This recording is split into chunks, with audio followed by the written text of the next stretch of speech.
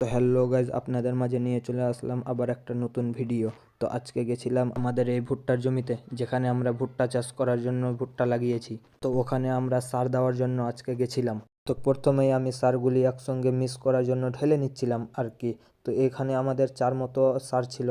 প্রথমে আমি ইউরিয়া সার ঢেলেছিলাম, তারপর ফসফেট সার, তারপরে এই কালো ভিটামিনটা ঢেলেছিলাম, তারপরে শেষে আমি এই সালফেট সারগুলো দিয়ে একটু একটু করে মিক্স করে বালতিতে ভরে নিচ্ছিলাম।